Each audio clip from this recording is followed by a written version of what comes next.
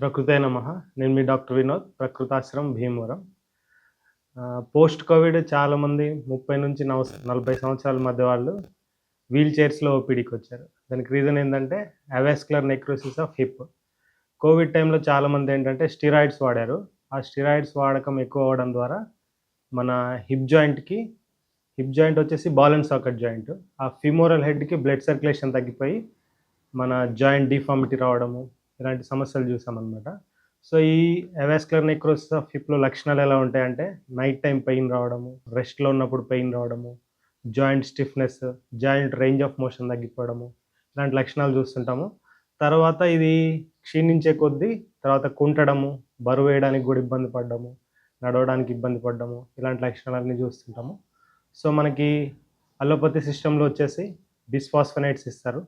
దాని తర్వాత disease verse అవుతుంది అన్నప్పుడు ఇది హిప్ జాయింట్ కోర్ డీకంప్రెషన్, దాని తర్వాత వచ్చేసి బీమాక్ ఇంజెక్షన్ ఇస్తారు. మన బోన్ మ్యారో ఆస్పిరేషన్ నుంచి తీసిన స్టెమ్ సెల్ థెరపీ లాంటిది ఇస్తుంటారు.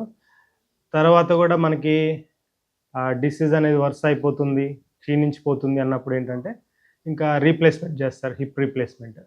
అదే మన నేచర్ క్యూర్ సిస్టమ్‌లో వచ్చేసి మనం ఆక్యుపంక్చర్ ఇస్తాము, జాయింట్ స్టిఫ్‌నెస్, పెయిన్ తగ్గడానికి. దాంతోపాటు ఓజోన్ థెరపీ ఇస్తాము. ఇది యాంజియోజెనసిస్‌ని ప్రమోట్ చేస్తుంది. ఇది మన బ్లడ్ సర్క్యులేషన్ ఇంప్రూవ్ చేస్తుంది, ఆక్సిడేషన్ ప్రమోట్ చేస్తుంది, పెయిన్ తగ్గుతుంది, జాయింట్ స్టిఫ్‌నెస్ తగ్గుతుంది. తర్వాత హైడ్రోథెరపీ ట్రీట్మెంట్స్ ఇస్తాము పెయిన్ మేనేజ్మెంట్‌కి, జాయింట్ స్టిఫ్‌నెస్ తగ్గడానికి. దాంతోపాటు మనం ప్యాసివ్ మూవ్‌మెంట్స్ చేయిస్తాము. వెయిట్ లాస్ ఎక్సలెంట్‌గా ఉపయోగపడుతుంది మనకి. వెయిట్ లాస్ చేస్తాం నేచర్ క్యూర్‌లో.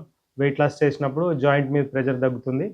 దాంతోపాటు మనం ప్యాసివ్ మూవ్‌మెంట్స్, యోగా థెరపీ చేయిస్తాము. స్విమ్మింగ్ ఎక్సలెంట్‌గా ఉపయోగపడుతుంది. దాంతోపాటు అండర్ వాటర్ ఎక్సర్సైజెస్ కూడా ఎక్సలెంట్‌గా ఉపయోగపడుతుంది. మీరెవరైనా కోవిడ్ తర్వాత ఈ అవస్కులర్ నెక్రోసిస్ ఆఫ్ హిప్‌తో ఇబ్బంది పడుతూ గ్రేడ్ 1, గ్రేడ్ 2లో ఉన్నారంటే మన నేచురోపతికి రండి. మన జాయింట్ డిఫార్మిటీ రాకుండా కాపాడుకోండి.